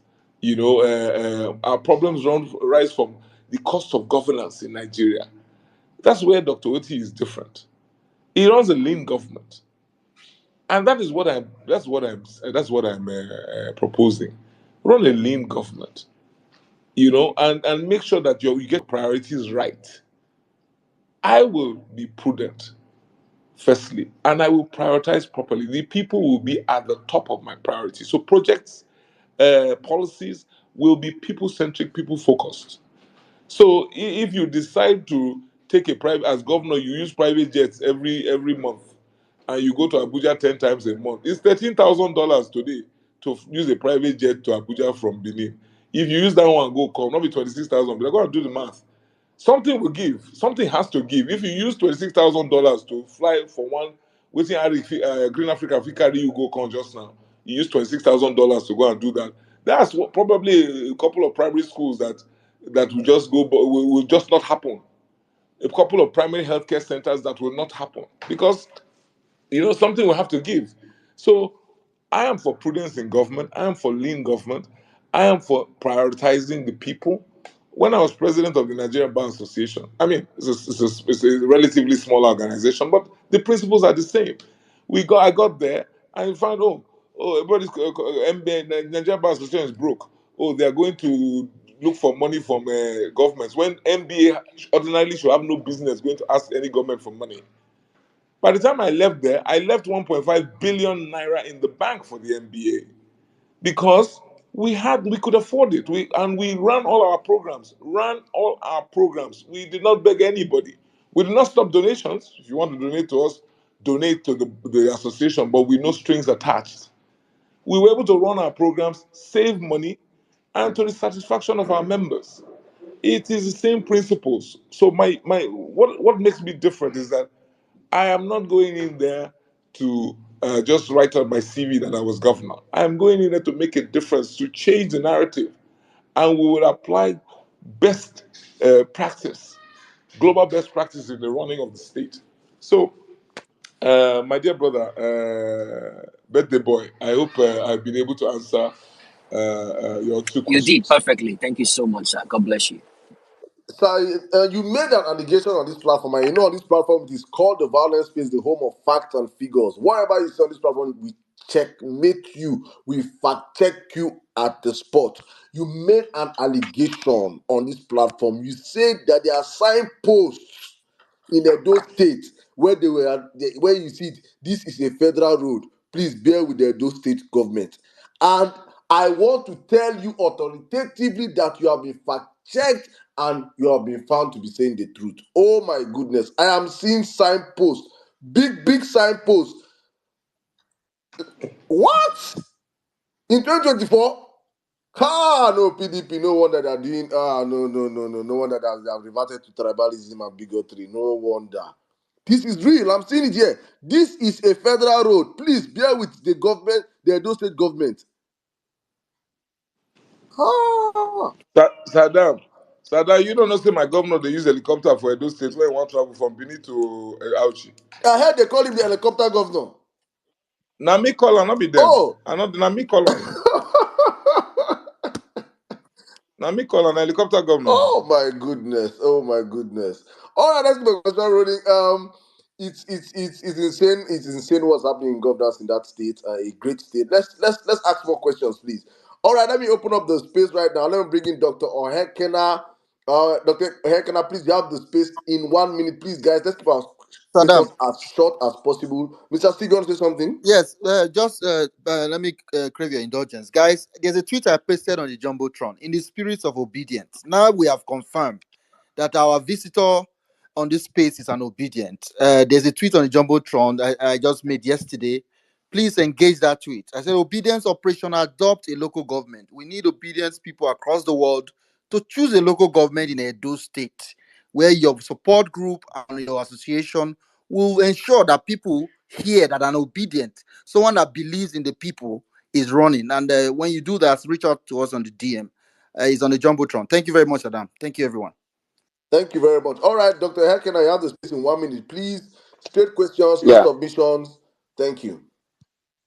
yeah. Thank you, Ambassador. Good evening from my end and everybody in the house. Barrister Olumide, good evening. Sir.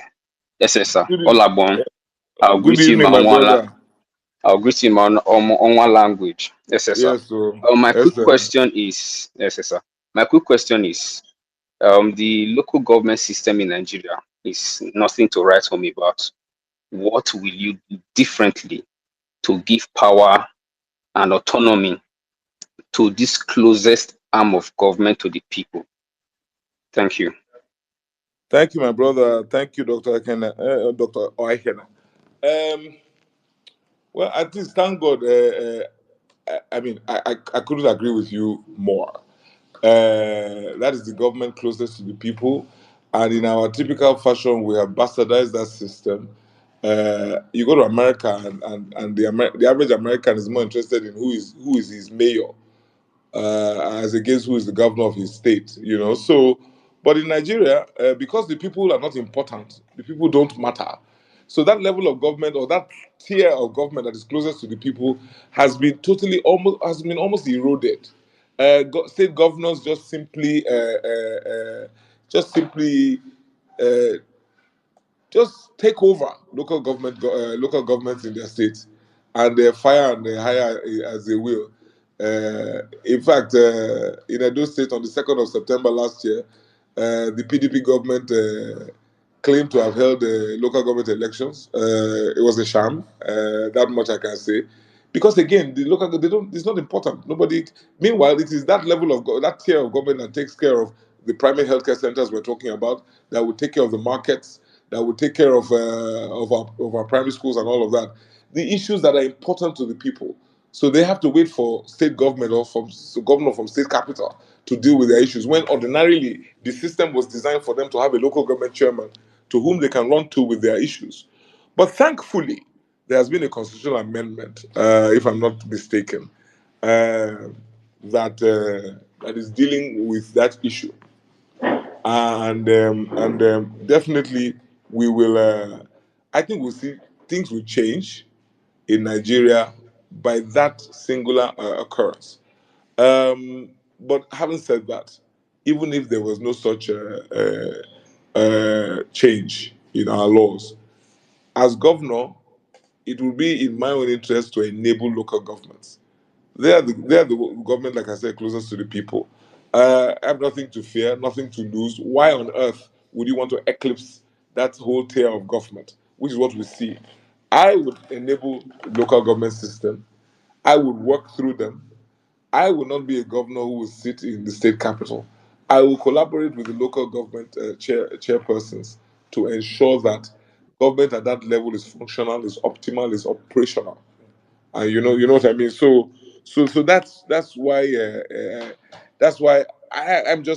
I'm looking forward to that kind of collaboration, because that is the easiest way for people to feel the presence of government. So if we have local governments running optimally, then you will truly have a story to tell, truly. So I think it's a no-brainer, and I feel really sad at the way local governments in Nigeria have been rendered almost totally useless by state governments. Hopefully, the new state of affairs would change this. Thank you, Dr. Ekena. All right, thank you very much. Please, guys, when you've asked questions, I have to drop you for other people to come up and ask questions. All right, please, in a minute, every questions in a minute, real quick. Thank you very much. And if you're up here and you want to ask questions, please, your hands will be up. Please, I'll drop every other person down right now, except our guests, so that we can bring more people. We have over hundreds of requests here. I want to bring in as much as people as possible, please. Thank you. Saddam, let me drop so you can have more rooms. Let me drop. I'll come back. God bless you, my brother. Happy birthday in advance one more time. Thank you. All right, Omon, Ojote Osas. Good evening, sir. You have the space. Please, in a minute, ask your question, please. All right. Good evening. Am I audible? Can you hear me, sir? Yeah, am I audible? You're audible, sir. I can hear you, sir. Please ask your question. Go on, sir. Thank you very much, Adam. It's a great pleasure putting me on the audience to speak tonight. I It's 2022. I've been an ardent listener of the violence space. I never requested for mic. I usually follow in the day, in the night, Tuesday, Thursday, when Saturday was it on. So concerning this subject, Olumide Akpata in the house, it's a pleasure speaking directly to him. I'm from the East and Southeast, Ewohimi, which is the hometown of Aswe Odal. I want to say is this: as a faithful and loyal obedient, some of us we are tribal blind for quality, we are looking for capacity, we are looking for competence. Sentiments are all over. But there's one thing I want to draw the attention of Olumide and the several people that are listening here. Some of us in this obedience, we are Omon, please don't draw our attention. Please ask question, please. I want you to ask question, please, so we can have other people ask questions. Thank you, bro. some of us here, we are not helping the cause of Olumide. The reason being that some statement we are making online here He's even provoking some of the supporters, including me. On Tuesday, I was on this place. I want Dr. Barry made a statement that, Sorry, Omo. yeah, Don't worry, we'll trash all this outside this space. Just ask Olumide the question. okay. Barrister, I want to ask you, because we know the game of Nigeria politics, tribal sentiment, religious sentiment, and all that. Made by one Dr. Barry that they will use the numbers. They have the number, they have this. So if you are elected as governor, as people like that are around you, what is the hope of those minorities in Edo State? Thank you. Thank you, my. I mean, who be Dr. Barry? I don't know him. The violence they know him. Okay, okay. So I don't think you'll be around me. That's not why they say I don't know him. So Sir, no verse. Please, uh, please, no verse, please. Yeah. Let me just answer on your behalf before you answer for you, please, because we are on the spot. We're on the spot. Come on, my brother. It's good to have you here. It's good to know that you've been with us for over 2 years now on this platform. So your family, right? So it's not as if saying you say the violence place they know. So say we know him. We are together. Abi, Omon, are we not together again? Please answer me, Omon, please. Are we not together anymore? Omo, your mic is mute. Omon. I'm right here, full chest with you. So now we get violence space now, Abi. Yes. Now, so if you say Dr. Barry, now we. That one now we discussion, eh? We will discuss am in okay. house. So that one We not. our So our that one our not really concern views me. Eh? our views has nothing to do with Olumide. Falsehood. What I'm saying here is not falsehood. No, please just don't take any views we hear on the violence space has nothing to do with the man. The man just came here to have a conversation with me and you. Our views are not his views. Our views do not represent his campaign. It is important to understand this, is that my brother? Eh? Yeah, We will and discuss Sadam, our matter next week. to be very clear, when Dr. Barry said that day, we rebuked But him. Saddam, just to let Omon know that as I just saying don't listen when we talk since, and I've said that Labour we will run an all-inclusive government, and we're not here to outnumber anybody or to make anybody feel they are not part of Edo State. Not possible. Edo na one. Edo na one. I'm a totally detribalized Nigerian, a totally detribalized Edolite. Edo na one. Edo Central will feature prominently in any Labour government that I will be running. So you leave that side. No, let's not believe all those. When people they try hit up the policy, just pour water on top of the matter, make it come down. Go. I don't. I'm not an ethnic bigot, so I know they do all those kind of things. Omar, are you okay? Now, are you satisfied? I'm okay. I'm okay. Thank you. God bless all of you. Thank you very much, my brother. Thank you. God bless you. We'll be back on Tuesday. Eh? Thank you. All right, let's move on real quick. Let me bring in a lady right now, Valerie. Then I'll come to Harry. Harry, yeah. Wahala don't come space. All right, let's go on. Valerie, you have the space in 1 minute, please. Can you ask your questions to Mr. Olumide? Thank you. Thank you, Emia, Greedy House. Thank you, Olumide, for hosting us. So I hope nobody has asked this question, so I'll just keep it brief because I actually had network issues. So my number one question is, what do you think about people attacking obedience or people attacking people that want to vote for Labour Party candidates? And number two, and what can you do to advise us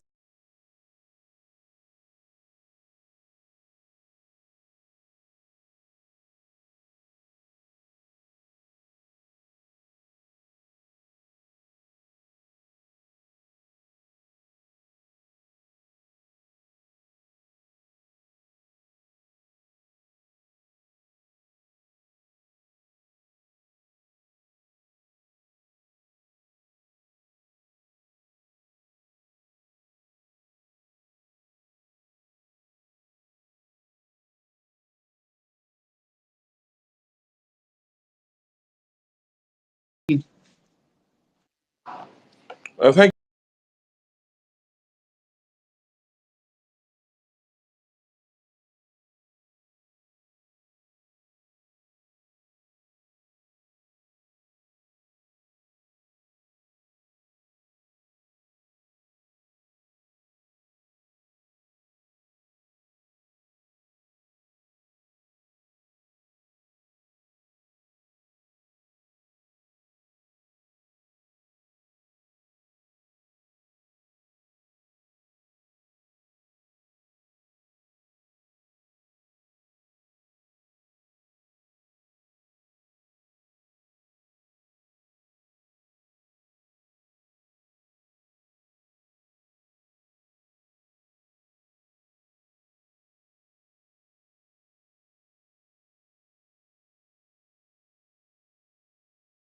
Valerie, I think, like you said, we can't give up. We must continue to stand firm, and you can be sure on my part as a candidate, I will play my part effectively. There are stakeholders that we have to engage to ensure that the will of the people prevails. So, no dulling on my part, no dulling on my part at all. I will do all I can and need to do at my own end, but I will need you, Valerie, and the others who are voters in Edo State to ensure that we protect the votes and that the will of the people will prevail. And this is not just empty talk, but of course, we're not going to reveal all our strategies, but have it in mind. Know this and know peace that we will protect the vote of the people. The people's will will be allowed to prevail. But your first question is one that has not been asked before. My attitude to people attacking obedience and those who vote for LP candidates. I have zero tolerance for such rubbish, and I really cannot stand that kind of behavior. And in the gubernatorial elections in Lagos last year, it was something that was on full display, and I stood up to be counted, and when our brothers and sisters from the eastern part of Nigeria were harassed, were intimidated, were in fact were humiliated by their neighbors in Lagos because of the fact that they wanted to vote for a Labour Party government in Lagos State. I stood up to. I wrote an article that I published where it was titled "We Are All Igbo," because for me I saw the danger in that kind of behavior. Because uh, I could have easily said no, I wasn't the one who was.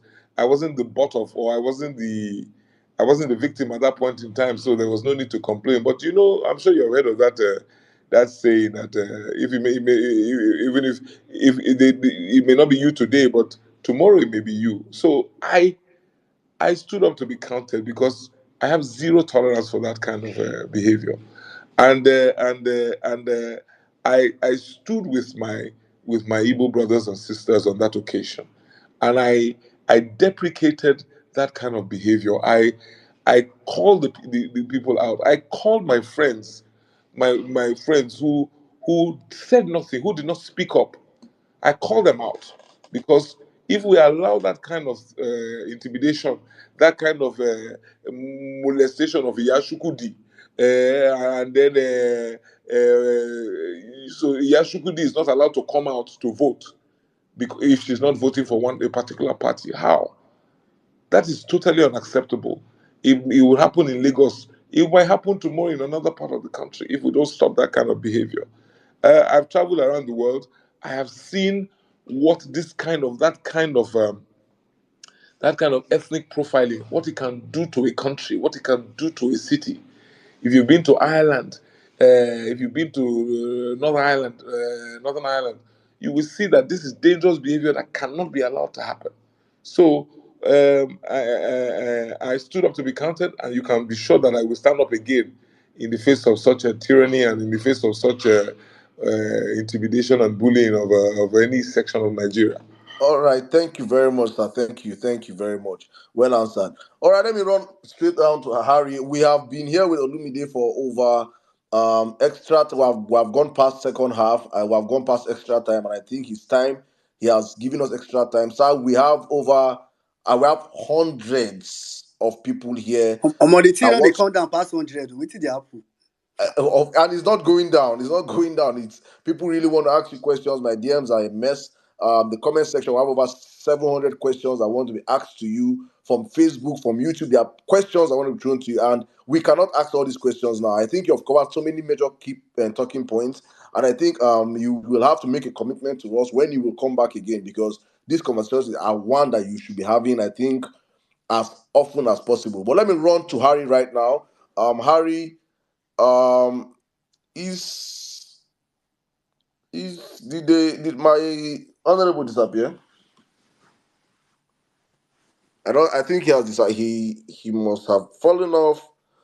But guys, this is